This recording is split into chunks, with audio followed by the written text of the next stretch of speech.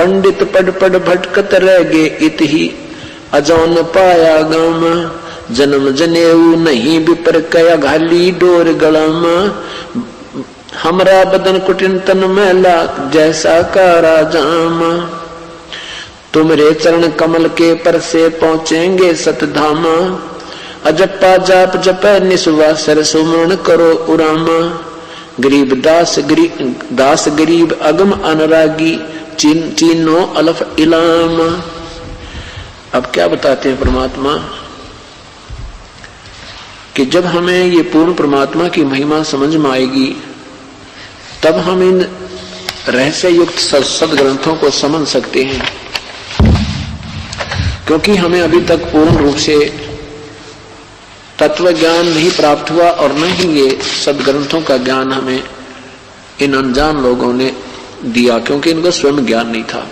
इसलिए सारी महिमा श्री कृष्ण और विष्णु के ऊपर आधारित कर रखी थी। उसी का भ्रम खंडन करते हुए परमात्मा बताते हैं कि ये सब कबीर परमात्मा की ही रजा से उन्होंने ये सारे खेल किए थे। ये आपके कुछ दिनों बाद समझ में आएगी कहानी। क्या बताते हैं? बोले गुरुआ गर्भ न कीजय ताते पाहन कदे न रीजय। ये बाल मुकंद बोलत नाही लटक बिहारी लूटे गुरुआ कैसर मार पड़ेगी थरा पेंडा कदे ना छूटे। गुरुआ कैसर फरुआ फोड़ो गरते काट घसीटे इसके पीटे पाप नहीं है इसको निश्चय पीटे। कैसे गुरु को जो गलत ज्ञान प्रचार करता है, इस शास्त्र विरुद्ध साधना करता है, कहते उसका जूते मार देता कोई पाप नहीं, क्योंकि वो आपका पक्का दुश्मन है। इसी विषय में कह रहे हैं या देवल में देव नहीं है पान पता से खाई बिल्ली बीट शीश पर कीनी कुतरे ने धार लगाई। ये मूर्ति पूजा के ऊपर जीव को जहां बैठे हो तुम, इसमें कोई शक्ति नहीं है, ना कोई मुक्ति होती है। इस पर बिल्ली घूम रही है, कुत्ता उसके ऊपर पेशाब कर रहा है, और अगर वो परमात्मा होता उसमें तो कहते हैं बिल्ली देव बिडारत नाही मूर्ति में कुछ खोरी या देवा में अजमत नाही कुत्ते की टांग क्यों ना तोड़ी।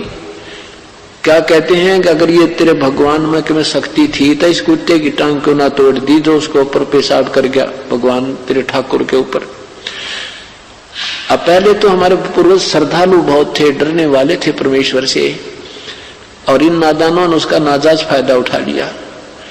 अब किसी ने कोई डला धर दिया यो भगवान है, अच्छा जी आप जो कह रहे हो सही है गुरुदेव, क्योंकि गुरु के वचन की अवहेलना करना पाप होता है। लेकिन इन नादानों ने अंडोला बना दिया सभी का। मूर्ति कह नहीं सरवण जिसमें गुरुआ घंट बजावे। उस मूर्ति का कान ना कोई आंख ना, और उसका आगे कह देता हूँ घंटी बजाने लग रहे, वो ना सुन सकता पत्थर, ना कुछ कर सकता तुम्हारा। खीर खांड का भोजन धर के अपन ही गुटकावे। कहते उस भगवान के नाम पर खीर खांड अच्छा बढ़िया भोजन बना के और भगवान का आगे का भोग लाऊं घंटी बजाऊं का आप खावा, उसने नाम भगवान का लेता है। बैरागर की खान नहीं रे पाहन गांठी बांधे या गुरुआ का लीतर लाओ ये गुरुआ सब आंधे। ऐसे गुरुओं का लीतर लाओ, ये निकम्मे तुम्हें उलझाए बैठे तुम्हारे अनमोल जीवन को बर्बाद करें। ये सब अंधे गुरु हैं जो गलत साधना शास्त्र विरुद्ध साधना बताते। जड़ के आगे चेतन नाचे अंधे कूदे गावे गरीब दास इस पूजा से तीन नर पत्थर हो जावे। कितनी प्यारी कहानी बताते हैं कि जड़ के आगे नाचे कूदे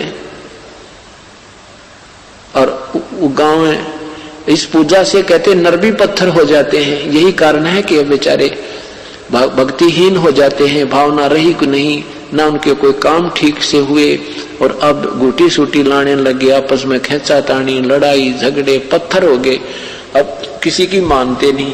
के बताते हैं गुरुआ गाम बिगाड़े संतो गुरुआ गाम बिगाड़े। इन गुरुआ ने गांव बिगाड़ दिए, इन निकम्मिया ने गांव में बैठे हैं, कितना डबो में बैठे हैं। गुरुआ गांव बिगाड़े संतो गुरुआ गांव बिगाड़े ऐसे कर्म जीव कहला दिए बहुत जड़े ना जाड़े। ऐसे उल्टा ज्ञान फिट कर दिया, ऐसी शास्त्र विरुद्ध ज्ञान से साधना पर इतने आधारित कर दिए, अब ये कहने से भी नहीं मानते। पत्थर को परमेश्वर कहते या नंदा बड़ भारी। अब कबीर साहब, गरीबदास साहब, आदरणीय गरीबदास साहब, पूज्य कबीर साहब जी तथा अन्य महापुरुष परमेश्वर से परिचित होने के उपरांत जब तत्व ज्ञान बताने लगे तो लोग कहने लगे तुम निंदा मत करो किसी की। जैसे आज दास के साथ यही स्थिति है, हम कहते हैं सच्चाई और अनजान लोग कहते हैं आपके महाराज जी तो सबकी निंदा करते हैं। परमात्मा कहते हैं निंदा तो तुम कर रहे हो नादानो, उल्टा ज्ञान दे करके। तो क्या बताते हैं, तुम पत्थर को परमेश्वर कहो ये निंदा है कि गारी। सबसे बड़ी निंदा, सबसे बड़ी उल्ट काम तो तुम कर रहे हो। तुम हो निंदा के पात्र कि तुम गलत मार्गदर्शन कर रहे हो। पाहन को परमेश्वर कहते ये निंदा बड़ भारी, या की मोहे समझना पड़ी तुम पूजा कर हो अकगारी। या जो हड़का जल भर कह लाए चरना अमृत ठहराए, और जड़ के चरण धो कह दीने चेतन को फिर पाए। तालाब का पानी भर के लाया करते पहले, और भगवान की मूर्ति के चरणों पर डालकर फिर नीचे पानी दूसरा पात्र में डाल के, और फिर कहते हैं पत्थर के पांव धो के और चेतन में प्याओ तुम। तेरा गजब भैया। 10 लाख जंत जीव जा उपजे यो चरण अमृत नाही, या मैं छोट गनेरी पांडे समझ देख मन माही। सालग सिला धो कर पिए से हरदा पत्थर होई, चरण कमल में चरणामृत है जिस पीवत ना कोई। कौवा मछ मीन जल पिया बिष्टा की न माही, गुरुआ कहत गारा लाए जुग जुग छूटे नाही। भरम विदूषण शब्द हमारा कोई गावे कोई रोवे, पांडे को तो परख नहीं है या खिचड़ी मोमदी धोवे। सालग सिला गांठ के बांधे तीर्थ चले परादी, समझ न पड़े परख नहीं आवा ये बड़े ज्ञान के वादी। वाद विवाद करने में तो तेज हैं और गलत साधना में पक्के ढंग से लग रहे हैं। और हमारा जो ज्ञान है ये भ्रम विदूषण है, ये भ्रम विनाशक है। हमारा जो ज्ञान है, हमारे जो मंत्र हैं ये बिल्कुल निसंशय, बिल्कुल सत्य हैं। इनसे सब भ्रम नष्ट हो जाता, हमारा कोई सुनता नहीं हमारी बात को।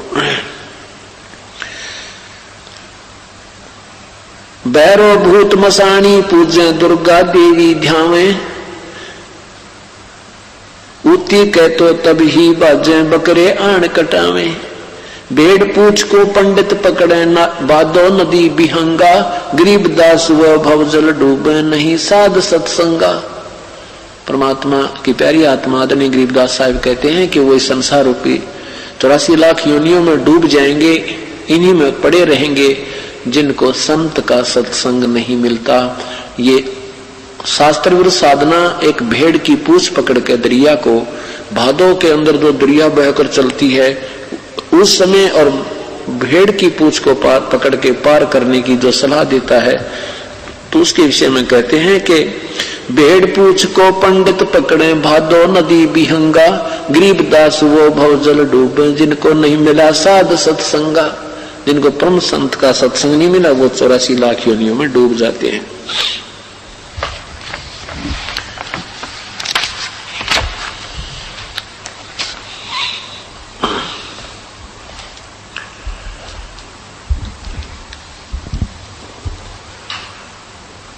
अब परमात्मा के विषय में चर्चा चल रही है कि वो पूर्ण परमात्मा कौन है। वो परमेश्वर चारों युगों में आते हैं। जब परमात्मा द्वापर युग में आए थे उस समय उनका नाम करुणामय था, और परमेश्वर के शिष्य एक सुदर्शन नाम के शोभच अर्थात वाल्मीकि जी, वाल्मीकि जाति में उनका जन्म था।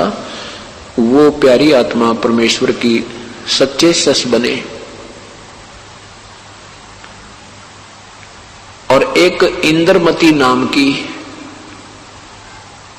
चंद्र विजय राजा की पत्नी थी द्वापर युग में। वो पुण्य आत्मा अपने उस लोक वेद के ज्ञान देने वाले गुरु जी के आधार पर अपनी साधना किया करती थी।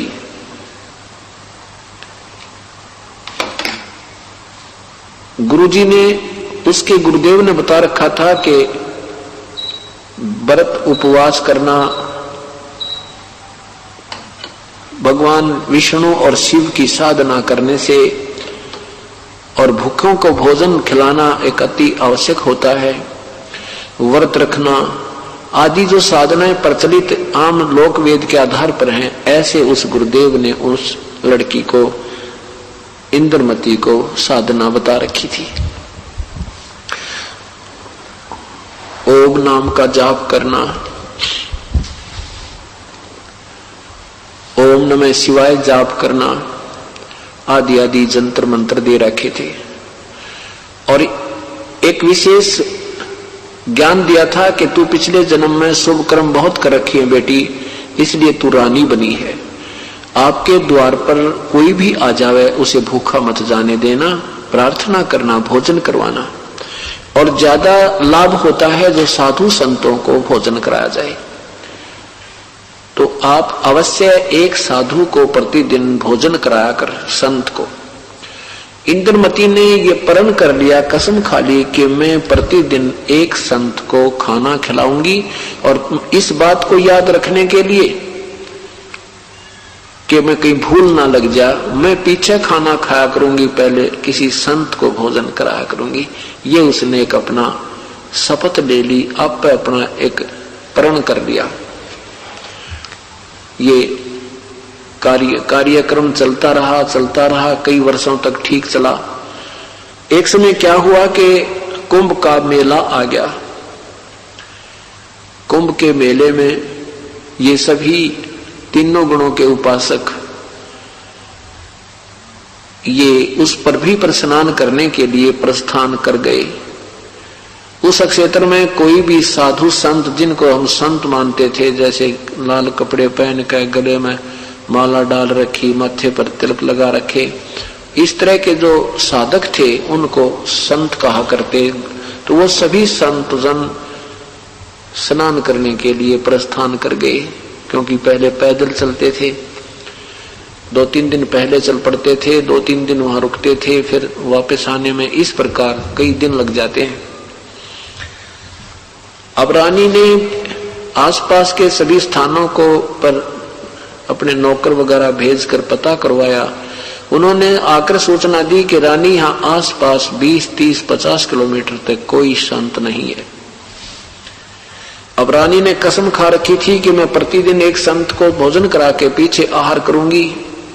दिन तीसरा हो गया, रानी ने आहार किया नहीं, संत कोई मिला नहीं। तीसरे दिन रानी ने अपनी बांदी से कहा, नौकरानी से कहा कि नौकरानी आज देख ले कोई संत मिल जाए तो, नहीं तो तेरी रानी के आज प्राण नहीं रहेंगे। मैं आहार नहीं करूंगी। रानी, नौकरानी ऊपर चढ़ी चौबारे पर। परमेश्वर ने मेहर करी अपनी प्यारी आत्मा के ऊपर। स्वयं परमेश्वर एक संत रूप में, और राजभवन के सामने एक ऐसे गली जाती थी, ऐसे सीधा आकर के ऐसे मुड़ती थी, तो सामने परमात्मा आ रहे हैं साधु वेश में, सफेद कपड़े, दाढ़ी बड़ी हुई, और वो आ रहे हैं। रानी और नौकरानी तुरंत नीचे आई और कहा रानी से कि महारानी एक संत जैसे ही लग रही है, वस्त्र सफेद हैं लेकिन साधु जैसे ही लगते हैं। रानी ने कहा जा नौकरानी और शीघ्र बुला के ला। नौकरानी जाकर कहा कि हे ऋषिवर, हे संतजन, आपको हमारी रानी याद कर रही है। परमेश्वर ने करुणा में रूप में आए हुए करुणा में जी ने कहा कि आप कौन है बेटी? नौकरानी ने कहा कि मैं नौकरानी हूं। परमेश्वर ने कहा कि आप नौकरानी हो और मुझे रानी क्यों बुला रही है? अगर रानी को आवश्यकता है तो मेरे पास स्वयं आए यहां चलकर, हम ऐसे वैसे संत नहीं है। रानी को गरज है तो यहां आए मेरे पास, मैं यहीं खड़ा हूं और मैं तेरे कहने से वहां चल पड़ूं। उधर से उसका राजा कोई कह दे तू किसने बुलाया है, और भाई ऐसे संत का अनादर होने से उस घर में हानि हो जाती है। इस तरह के परमात्मा ने वचन कहे तो नौकरानी भाग कर गई, दौड़ी दौड़ी गई, रानी से कहा कि रानी संत जी की ये शर्त है कि रानी स्वयं आवे। रानी ने कहा नौकरानी मेरे बाजू पकड़, मुझे सहारा दे। रानी वहां से चली, आके आते ही चरणों में दंडवत, ऐसे चरणों में शीश रखा और कहा हे प्रभु, आप तो कह रहे हो कि मुझे बुलाने आवे रानी, अब मैं अपने भगवान को चाहती हूं अपने कंधे पर बैठा कर ले जाऊं, पर मेरी हिम्मत नहीं आज। परमात्मा ये देखना चाहते थे कि इस लड़की में कितनी श्रद्धा है। कहा बेटी मैं ये देखना चाहता था तेरे में कुछ आस्था भी है या तू वैसे भूखी मर रही है। परमात्मा ने कहा चल बेटी आगे। रानी ने भोजन अपने हाथों बनाया, तो कहा ले भगवान भोजन पाओ। परमात्मा ने कहा बेटी मेरा तो शरीर आहार करने का नहीं है, मेरा शरीर ये 5 तत्वों से बना नहीं है। ऐसे हाथ लाकर दिखाया, देख पकड़ बेटी हाथ, जैसे रुई जैसे हाथ होते हैं। रानी कहने लगी मेरे काम के कोना, आपका कैसा शरीर है, आप भोजन पाओ तो मेरी जान बचा, नहीं तो मैं भी आहार नहीं करूंगी। समर्थ उसी को कहते हैं। कहा ठीक है बेटी रख दे। परमात्मा ने वो सारा आहार कर दिया और कहा बेटी एक बात सुन मेरी, तुम ये जो साधना आप कर रहे हो ये कौन से शास्त्र से प्रमाण लिया तूने? ने बोले जी प्रमाण क्यों था, हमारे गुरु जी ने बता दिया हम कर रहे हैं। नहीं, शास्त्रों के अतिरिक्त जो साधना की जाती है वो व्यर्थ होती है। आपके गुरुदेव ने जो तुम्हें साधना बता रखी है, रानी ने वो जंतर मंत्र बताए, कहने लगे इससे तेरी जन्म और मृत्यु कभी नहीं मिटेगी और ये मंत्र तेरे ठीक नहीं बेटी। रानी ने कहा कि हे रिसीवर, हे संत जी, ये तो मैं देख रही हूं काफी दिनों से, जितने भी संत आते हैं वही यही कहते हैं तुम्हारा नाम ठीक नहीं, तुम्हारी ऐसी साधना ठीक नहीं। ये संत एक दूसरे से ईर्ष्या करते ही है, हमारे गुरुदेव ने जो बता रखा मेरे लिए फाइनल है। ऐसा टूक सा पकड़ा दिया। अब परमात्मा ने सोची कौन से तरीके समझाए इन बोली आत्माओं को। नादान संतों ने बैठा दिया, गुरुआ गांव बिगाड़े संतो गुरुआ गांव बिगाड़े, ऐसे कर्म जीव करा दिए ईब जोड़े नहीं जाड़े। अब परमात्मा के पास सारे तरीके हैं अपनी प्यारी आत्मा को अपने चरणों में लेने के लिए, काल के जाल से छुटवाने के लिए। क्या कहा प्रभु ने? कहने लगा बेटी वैसे तो आपकी इच्छा है, बाकी मुझे कोई शौक नहीं किसी की निंदा करने का, परंतु एक बात बता देता हूं तेरे को, ना मैंने तेरे से कोई लालच, ना कोई तेरे से मैं दीक्षिणा मांगी, आपने प्रार्थना की तो यहां पर मैं उपस्थित हुआ। पर बेटी एक बात सुन ले, आज से तीसरे दिन तेरी मृत्यु से आगे तेरे श्वास नहीं है और इसमें ना तेरे गुरुजी बचाव कर सकते ना तेरे भगवान कर सकते। यदि तूने अपना जीवन चाहिए और मुक्ति चाहिए तो मेरे पास पूरी व्यवस्था है।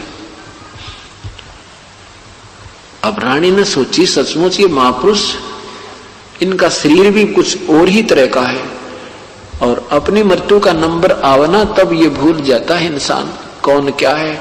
और उस समय संतों की बातों पर विश्वास बहुत किया जाता था कि संत के वचन खरे पूरे निकल जाते हैं। अब रानी ने सोचा कि हे भगवान फिर मुझे क्या करना होगा मेरी जीवन रक्षा के लिए, कि आपने मेरे से दीक्षा लेनी होगी और साधना सब त्याग देनी होगी और उस पूरे गुरु में आस्था नहीं रहनी चाहिए तेरी। एक का साध्य सब सदय, सब साध्य सब जा, 2 पैर 2 घोड़ों 2 नौकाओं पर पैर नहीं रखना चाहिए। अब एकदम ये सारे काम क्यों कर हो? परमात्मा ने कहा रानी बड़ी असमंजस में पड़ गई कि वो गुरुदेव तो मुझे बहुत दिनों से मैं उसे परिचित हूं, अब उनको कैसे क्या कहूंगी। मन में बहुत शंकाएं, काल का जाल बहुत फैला हुआ है, लोग लाज शर्म बन जाती है। परमात्मा कहते हैं यही तो तुम्हें डबो रही है, यही जब तक तुम बिल्कुल एक तरफ नहीं होगी ये काल का ये जाल हटेगा नहीं भाई। दोगला चालोगे तो कतई मदद हमारे से नहीं मिलेगी। दो तरफा नहीं चलना। परमात्मा काफी देर बैठे रहे। रानी बिल्कुल असमंजस में पड़ गई, बहुत ज्यादा गहराई से सोचने लगी, उस गुरुदेव को कैसे जवाब दूंगी। परमात्मा कहा, ठीक है बेटी, मैं चलता हूं।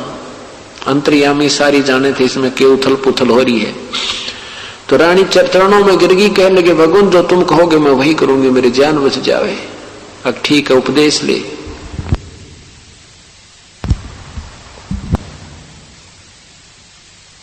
परमात्मा ने उपदेश दिया और कहा, और सुन ले पुत्री, तीसरे दिन काल आएगा, मेरा स्वरूप बनाएगा, तुझे आवाज लगाएगा, 2 मिनट तक तूने बोलना नहीं है, उसकी तरफ देखना भी नहीं है 2 मिनट तक, वो सिमरण करना जो मैंने तुझे दाप दे दिया है।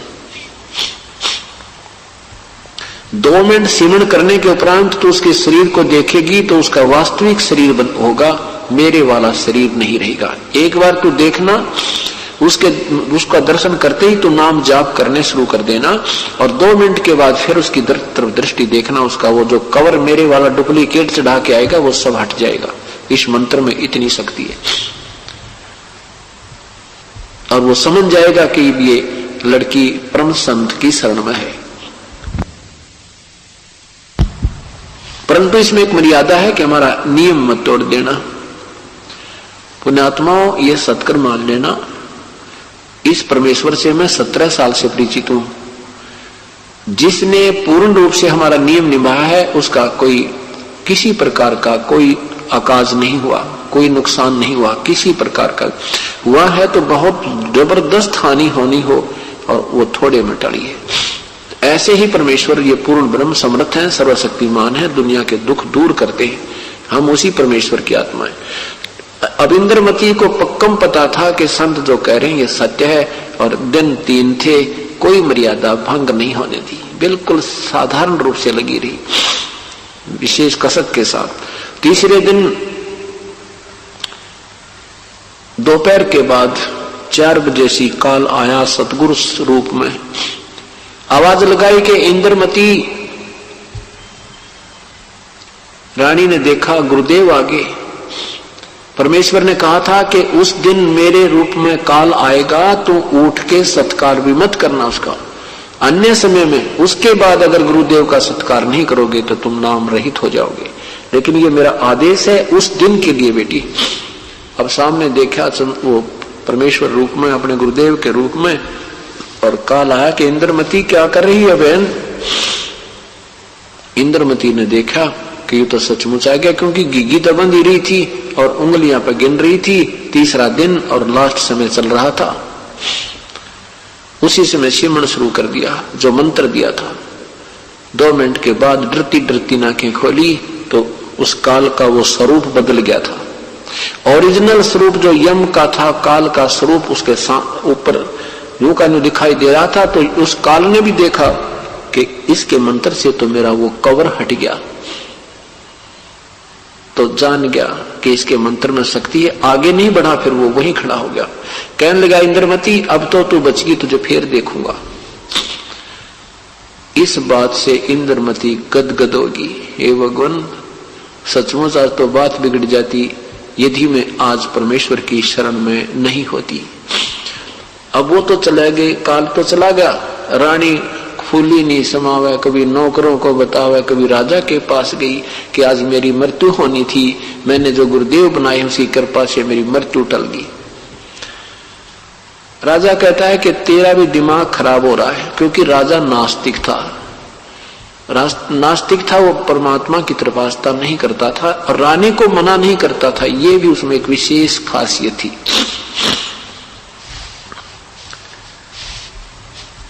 राजा के पास रानी गई कि आज मेरी मृत्यु होनी थी, काल आया था। अब राजा कहता है कि तू सारा दिन ऐसे ही ड्रामेबाजी करती रहती है और काल आया होता और तुझे छोड़ जाता। ऐसे ही तुम जो है ना बहका दे कोई, उससे की बात मान जाती हो। अब जिसका लग है वो जाने, दूसरे को नहीं इस बात का एहसास होता। रानी जो है आकर अपना आराम से चैन से सोगी, सो शुक्र मनाकर परमेश्वर के। अब उस निश्चिंत होगी, नादान नाम जपना भूलगी। परमात्मा कहते हैं नाम निरंतर लीजिए जम की लगे ना फेंट। नाम का अंतर मत पड़ने देना, जिसमें आपको ये महसूस हो कि अब मेरे साथ कुछ ऐसा महसूस हो रहा है कि कोई घटना घटने वाली हो सकती है, उस समय में आपने सिमरन का चिंतन ज्यादा करना चाहिए। तो उसमें रानी अपना शुक्र मनाती मनाती सोगी। 2 घंटे के बाद काल सर्प रूप में आया और इंद्रमती की पैर में डंक लगाया। डंक लगाते ही इंद्रमती जागगी और कहा मैं डस ली, सांप ने डस ली, सर्प ने डस ली। नौकर भाग कर आए। उनके देखते ही देखते सर्प एक मोरी के अंदर से, एक सुराख के अंदर से बाहर जाता हुआ और उसकी पूंछड़ी सी दिखी। नौकर इधर से भाग कर आए, इतना अंतर ध्यान हो गया। अब रानी का शरीर सारा नीला हो गया और पुकार कर अपने परम पिता को बेहोश होगी।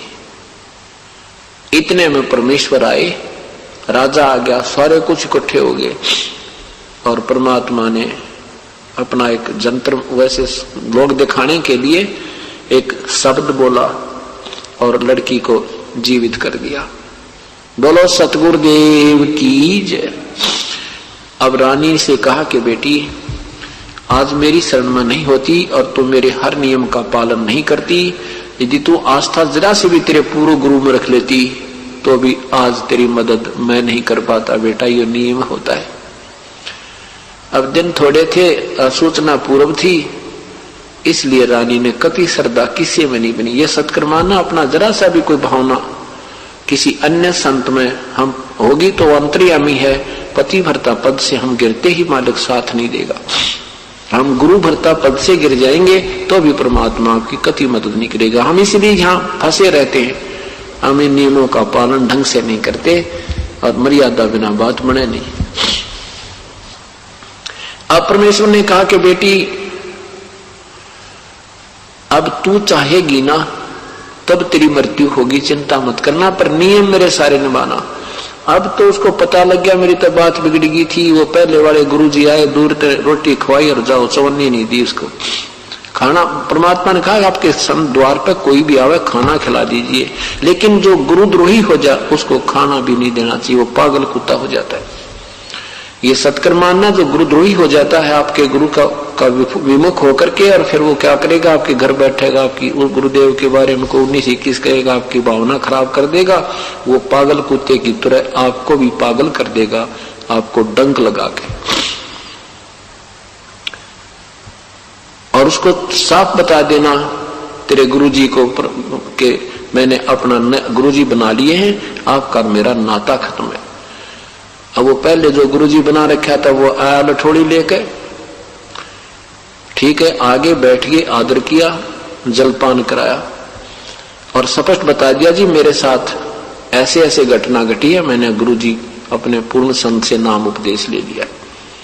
वो समझदार होते थे, पहले के संत इतने नहीं गिरे थे जो आज गिर चुके हैं। उसने कहा बेटी बहुत अच्छा किया आपने, क्योंकि हाँ रानी ने उन प्रसन्न किया उससे कि आप यहां तक ज्ञान देते थे, मुझे ऐसा ज्ञान मिला है।